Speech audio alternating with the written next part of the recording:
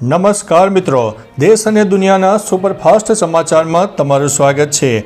મોડાસાના ગઢડા કંપામાં આગ ફાટવાની મોટી ઘટના બની છે। 5 ઇંચ જેટલો વરસાદ ખાબકી ગયો છે। ત્યારે આગળ વાત થશે નહીં ઘટે વરસાદનું જોર, અંબાલાલ પટેલે વધારી છે ચિંતા। આગળ વાત થશે ગીર સોમનાથવાળા ચેતીને રહેજો, હજુ પણ વરસાદની જોરદાર આગાહી છે। ત્યારે વાત થશે ઉત્તરાખંડના દેવાલમાં વાદળ ફાટતા મોટી તબાહીના દ્રશ્યો સામે આવ્યા છે। આગળ વાત થશે વિજાપુરમાં પશુપાલકોનું સંમેલનનું આયોજન કરવામાં આવ્યું, ત્યારે પાકિસ્તાનના નિશાના ઉપર અદાણી અને અંબાણી જોવા મળ્યા છે। આગળ વાત થશે ઇન્ડિયન એરફોર્સની પંજાબ અને જમ્મુમાં પૂર રાહત કામગીરી પૂરજોશમાં ચાલી રહી છે। ત્યારે વાત થશે તરણેતરના મેળામાં ગઈકાલે પૂર્ણાહુતિ થઈ હતી। આગળ વાત થશે બુડેલી ઇન્દ્રાસી નદીમાં પૂરની પરિસ્થિતિનો માહોલ જોવા મળ્યો છે। ત્યારે આગળ વાત થશે બેંકના અસલી અને નકલી એસએમએસની પરખ તમે જાતે કરી શકો છો। ત્યારે વાત થશે લીકર પરમિટ હવે ઓનલાઈન મળશે, વાત છે ગુજરાતની। આગળ વાત થશે રાજ્યના 103 તાલુકામાં વરસાદ નોંધાયો છે, સૌથી વધુ ક્યાં પડ્યો છે જાણી લો આ વિડીયોમાં। ત્યારે આગળ વાત થશે જાપાનથી પીએમ મોદીની મોટી જાહેરાત સામે આવી છે। હવે મિત્રો સમાચારો વિસ્તારથી। પીએમ મોદીએ જાપાન સાથે ભાગીદારીમાં ભારતના બુલેટ ટ્રેનના મોટા પાયે વિસ્તરણની જાહેરાત કરી છે। પીએમ મોદીએ શુક્રવારે જાપાનમાં કહ્યું હતું કે મુંબઈ અમદાવાદ બુલેટ ટ્રેન ભારત અને જાપાન વચ્ચે એક મોટો પ્રોજેક્ટ છે। તેમણે કહ્યું છે કે Mumbai Ahmedabad bullet train project ઉપરાંત દેશમાં 7000 કિલોમીટર લાંબો હાઈ સ્પીડ રેલ એટલે કે બુલેટ ટ્રેન નેટવર્ક લંબાવવાનું લક્ષ્ય છે। મિત્રો, અન્ય મહત્વના સમાચારની વાત કરીએ તો રાજ્યના 103 તાલુકામાં વરસાદ, જાણી લો સૌથી વધુ ક્યાં પડ્યો। રાજ્યમાં ગઈકાલે સવારે 6 વાગ્યાથી બપોરે 4 વાગ્યા સુધીમાં 103 તાલુકામાં વરસાદ નોંધાયો, જેમાં પંચમહાલના શહેરામાં સૌથી વધુ 4.25 ઇંચ વરસાદ નોંધાયો છે। તાપી, સુરત, ખેડા, આણંદ, વલસાડ અને ભાવનગર સહિતના અનેક તાલુકામાં 2 ઇંચથી વધુ વરસાદ નોંધાયો છે। નવસારી, સાબરકાંઠા અને અન્ય જિલ્લામાં પણ 1 ઇંચથી વધુ વરસાદ થયો છે। 26 તાલુકામાં 1 ઇંચથી વધુ અને 77 તાલુકામાં ઓછો વરસાદ નોંધાયો છે। મિત્રો, અન્ય મહત્વના સમાચારની વાત કરીએ તો લીકર પરમિટ હવે ઓનલાઈન મળશે। ગુજરાતમાં હવે લીકર પરમિટ મેળવવાની પ્રક્રિયા સંપૂર્ણ ઓનલાઈન કરવામાં આવી છે, જે પહેલાં ઓફલાઈન હતી। અરજદારે EPSgujarat.gov.in વેબસાઇટ ઉપર જઈને લોગિન આઈડી જનરેટ કરવી પડશે। ત્યારબાદ જરૂરી વિગતો ભરીને જરૂરી ડોક્યુમેન્ટ અપલોડ કરવા પડશે। અંતે નિર્ધારિત ફી પણ ઓનલાઈન ફી ભરવી પડશે। આ નવી વ્યવસ્થા થકી લોકોને સરળતા મળશે અને પરમિટ મેળવવામાં પારદર્શિતા આવશે। મિત્રો, અન્ય મહત્વના સમાચારની વાત કરીએ તો બેંકના અસલી અને નકલી એસએમએસની પરખ જાણો। સાયબર ગુનેગારો અસલી મેસેજ જેવા નકલી મેસેજ મોકલીને ફ્રોડ કરીને બેંક એકાઉન્ટ ખાલી કરી રહ્યા છે। આવા મેસેજમાં વાયરસ લિંક હોઈ શકે છે, જેના ક્લિકથી વ્યક્તિગત માહિતી ચોરાઈ શકે છે। જો બેંક દ્વારા મોકલેલ મેસેજ સાચો હોય તો મોકલનારના નામ પછી એસ એટલે કે સેવા અને જી એટલે સરકાર અથવા તો પી એટલે પ્રમોશન કોડ હોય છે। અજાણ્યા નંબર પરથી આવતા મેસેજ નકલી હોઈ શકે છે। આ કોડ ધ્યાનમાં રાખીને છેતરપિંડીથી બચી શકાય છે।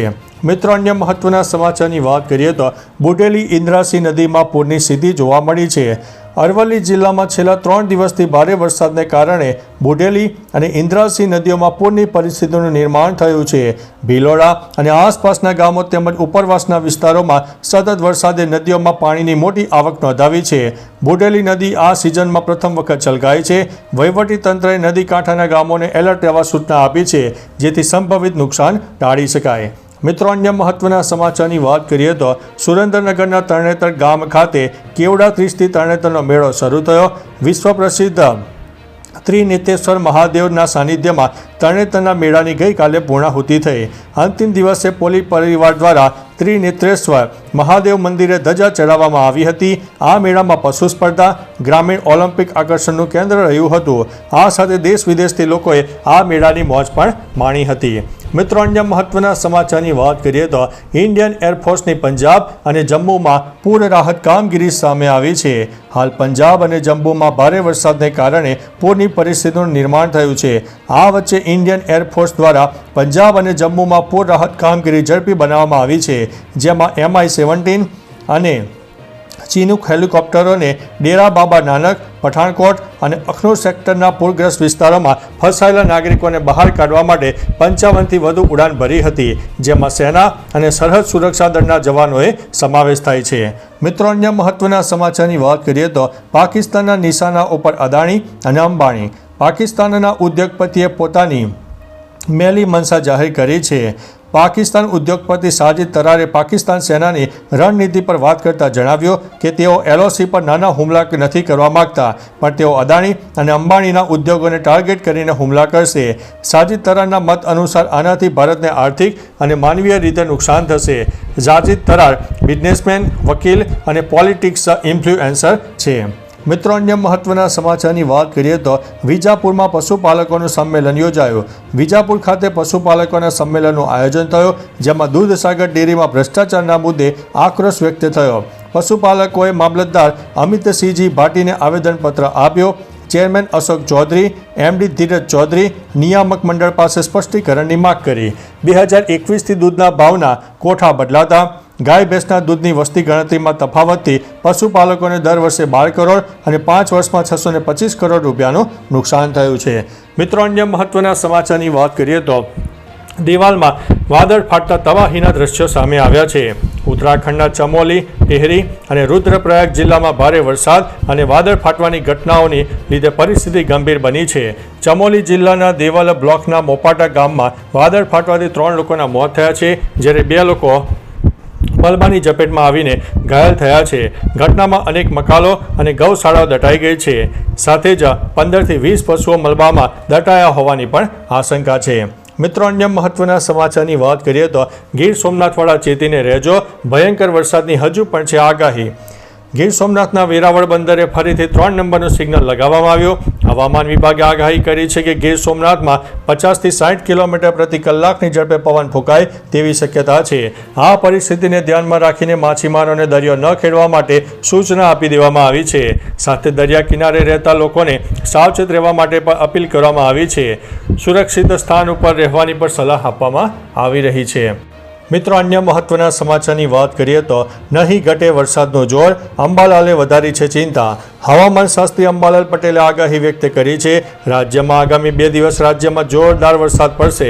આ સાથે અંબાલાલ પટેલે 3થી 10 સપ્ટેમ્બર સુધી રાજ્યમાં ભારે વરસાદ થાય તેવી શક્યતા વર્ણવી છે। આ સમય દરમિયાન વડોદરા, મહીસાગર, ભરૂચ, વલસાડ, નવસારી અને સુરતમાં ભારે વરસાદ પડી શકે તેવી શક્યતા છે। આ સાથે સૌરાષ્ટ્રમાં પણ ભારે વરસાદ નોંધાશે। મિત્રો, અન્ય મહત્વના સમાચારની વાત કરીએ તો મોડાસાના ગઢડા કંપામાં આભ ફાટ્યો। અરવલ્લીના મોડાસા તાલુકાના ગઢડા કંપા પંથકમાં 2 કલાકમાં 5 ઇંચ મુશળધાર વરસાદે મેઘતાંડવ કરી નાખ્યો। ખેતરોમાં પાણી ભરાતા ડાંગર, મગફળી અને કપાસના પાકને વ્યાપક નુકસાન થયું છે, જેનાથી ખેડૂતોમાં ચિંતા ફેલાઈ છે। ભારે વરસાદથી રેલવે અંડરપાસ પણ પાણીમાં ડૂબી ગયો, વાહન વ્યવહાર ખોરવાયો અને વાંગા કોતરનું પાણી ખેતરોમાં ઘૂસ્યું।